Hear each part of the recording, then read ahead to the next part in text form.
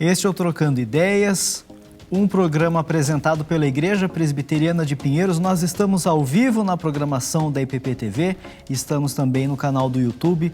Além deste programa e de tantos outros preparados especialmente para você, você tem a programação completa ao vivo da igreja. Então, acompanhe toda a programação, dando uma olhadinha no site da igreja, está aparecendo aqui embaixo para você, tá bom? Nós vamos ao programa de hoje.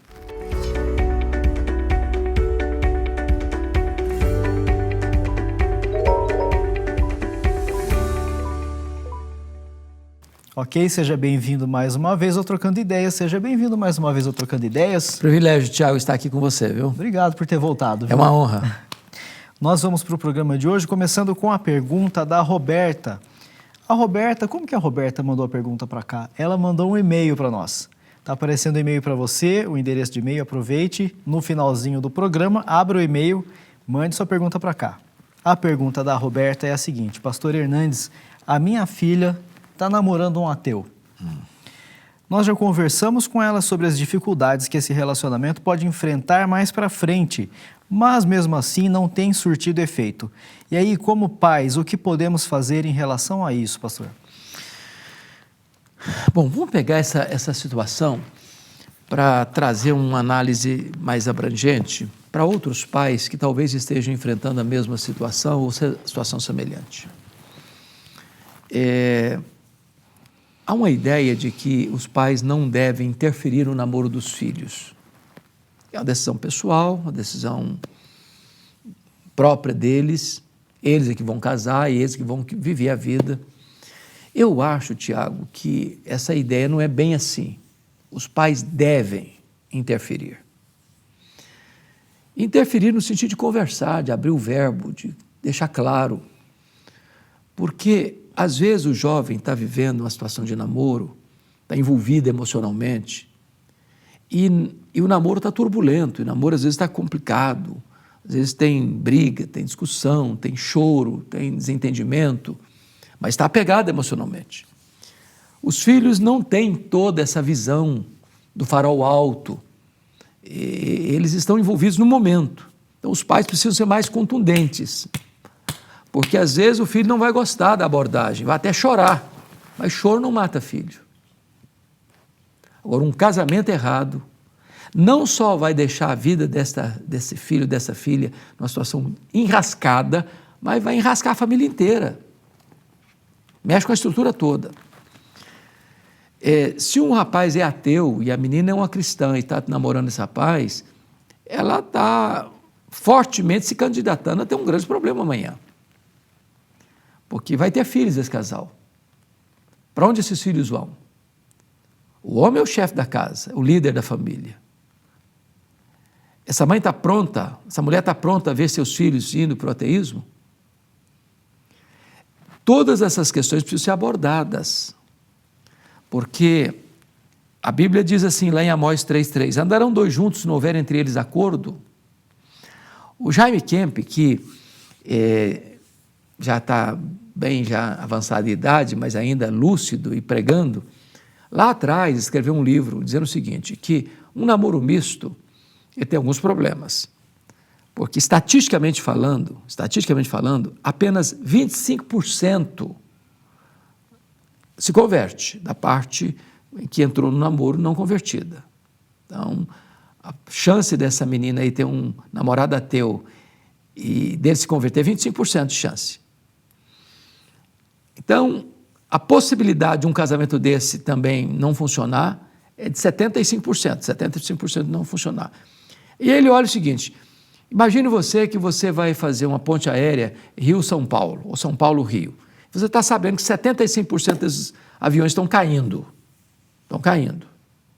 Você embarcaria num voo desse? Você faria uma viagem dessa?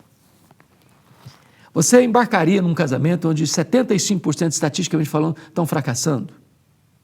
Então, essas coisas precisam ser tratadas. Agora, não é só ser crente, não. Porque tem muito casamento de crente doente, ruim. Então, tem que ter uma série de fatores que o rapaz, a moça e a família precisam olhar. Primeiro, Essa pessoa que está namorando tem caráter? Tem caráter? Tem uma boa família? Essa pessoa respeita pai e mãe? Essa pessoa é trabalhadora? Ou ela é sonhadora, sonha com arranha-céu, constrói um galinheiro? Porque não se vive de sonho. A pessoa tem tino para trabalhar. Estou falando de ser rico, não. Estou falando de trabalho. Essa pessoa respeita a menina ou o rapaz? Ou é aquele tipo de gente? Não, para você provar que você é melhor, você tem que ir para a cama comigo. É um explorador uma pessoa dessa. Essa pessoa, quando começou a namorar, porque está namorando, ela se tornou melhor, é uma filha mais feliz, mais alegre em casa. Ou depois começou a namorar, não tem relacionamento com mais ninguém. Então, é uma série de fatores que eu tenho que olhar. Porque tem gente que inocentemente, não, é da igreja. Ou falo de ser da igreja, não significa que vai ser um bom marido, uma boa esposa, não. Tem muito casamento doente nas igrejas. Então, cabe aos pais, Tiago, olhar todo esse conjunto para então orientar seu filho e sua filha se deve ou não deve continuar um namoro. Bom, pastor, já que o senhor abriu o gabinete pastoral, vamos para mais um aconselhamento? Essa participação veio da Silvia Johnson e ela diz o seguinte: pastor, eu perdoei uma traição do meu esposo, mas hoje, 10 anos depois, eu vejo que não valeu a pena. Ainda posso me divorciar, já que foi um adultério? Veja bem, é complicada a colocação aí, porque está escrito aí que há 10 anos houve uma traição e houve um perdão. Perdão é quando você zera a dívida. Se a frustração dessa pessoa tem a ver com outra causa que não uma reincidência moral do marido, acho que não deve. Porque para divórcio você só tem 2 cláusulas exceptivas na Bíblia, que é infidelidade e abandono. Se o problema, pelo que eu estou vendo aí, é outro problema, o relacionamento não está atendendo à expectativa, talvez o romantismo, talvez o diálogo, talvez a comunicação, é preciso investir no casamento. Porque o problema causador, que poderia ter sido lá atrás, foi perdoado.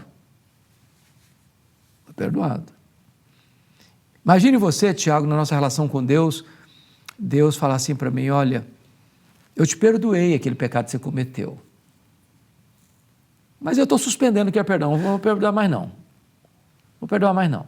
Então, o que eu fiz lá atrás, vou desfazer. Deus não faz isso com a gente. Então, eu acho que nesse caso aí, fazer um diagnóstico do problema hoje, por que está assim, está frustrada a relação, corrigir isso, acertar isso, dialogar, perdoar, acertar, investir. Porque não tem casamento saudável sem investimento. Casamento não pode entrar num ponto morto, no plano piloto, e dizer agora deixa a vida me levar. Não, tem que investir todo dia, tem que cuidar todo dia, tem que pedir desculpa todo dia, tem que amar todo dia, tem que respeitar todo dia. Sem semeadura não tem colheita. É o conselho que eu daria no gabinete pastoral do Trocando Ideias. Muito bom. Vamos para a última pergunta. Bora. Participação de Gabriel Santos. Olá, prezado Tiago e reverendo Hernandes. Oi, Gabriel. Qual é o conselho que o senhor daria para quem quer seguir docência na área teológica? Abraços. Eu não sei se o Gabriel, né? Gabriel. Se o Gabriel está falando de docência na igreja, numa escola bíblica dominical, por exemplo, o senhor está falando de docência num seminário, para ser um professor num seminário teológico. Mas vamos seguir o conselho de Paulo. Quem ensina, esmere-se no fazê-lo. Tem o dom de ensino. A Bíblia diz isso, tem dom de ensino. Quem tem o dom de ensino deve se esmerar nisso, para fazer com excelência. Porque não é o fato de eu ter o dom, que agora eu tenho o dom de ensinar, então eu vou ensinar. Não, todo mestre tem que aprender. Tem que aprender. Quem cessa de aprender, cessa de ensinar. Como é que eu sei que eu tenho o dom de ensino? Quando eu tenho prazer de aprender e prazer de ensinar. Eu não posso achar que eu tenho o dom e eu tenho todas as ferramentas, tenho todo o conhecimento, já estou pronto e acabado e agora eu vou ensinar.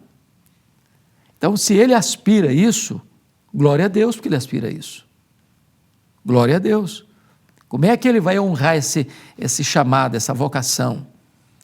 É estudando, é se aplicando, é meditando, é conhecendo, é mergulhando nos livros, é aumentando o acervo dele, para que ele possa, então, ter um reservatório que deve se renovar todo o tempo, todo dia, toda hora, para que eu continue ensinando, ensinando, ensinando.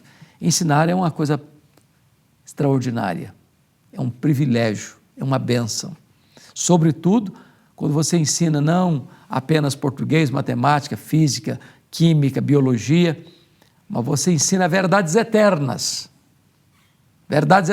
que não apenas vão tornar um cidadão mais bem sintonizado com o seu tempo e a sua época, mas um ensino que vai transcender para a eternidade, que vai reverberar na eternidade. Que Deus abençoe você, que tem esse desejo. Parabéns e prossiga nesse ideal, se preparando para isso. Bom, eu comecei o programa de hoje dizendo sobre a vasta programação da Igreja Presbiteriana de Pinheiros no YouTube. E aí, a questão, meu amigo, que não é só o vídeo estar lá no YouTube. Pastor, os vídeos estão legendados em vários idiomas. Olha que cuidado, hein? Que carinho da igreja. Pois é. E que ferramenta evangelística é isso, hein, extraordinário. pastor? Olha, a Igreja de Pinheiros hoje, Tiago, alcança mais de 100 nações. Nós temos sermões legendados em russo, em mandarim, em francês, em inglês, em italiano, em espanhol. E a igreja tem tido muito zelo em levar esta mensagem, por entender a sua vocação missionária. Então, você que está aí nos acompanhando, você pode, conhecendo alguém, né, de um outro idioma, de um outro país, recomendar as mensagens do YouTube da Igreja Presbiteriana de Pinheiros. Fica aqui o nosso convite para que você siga, então, o canal aqui no YouTube e também quero convidar você a seguir o pastor Hernandes no Instagram, @Hernandes Dias Lopes, e também o nosso querido pastor Arival, @Arival Dias Casimiro. Faltou falar alguma coisa? É só dizer para o pessoal que nós amamos muito vocês e preparamos esse programa com muito carinho para vocês e nos veremos, se Deus quiser, no próximo programa, né, Tiago? É isso aí, pastor. Obrigado, viu? Privilégio. Obrigado por ter ficado com a gente até o finalzinho. A gente espera você no próximo programa. Até lá. Tchau, tchau.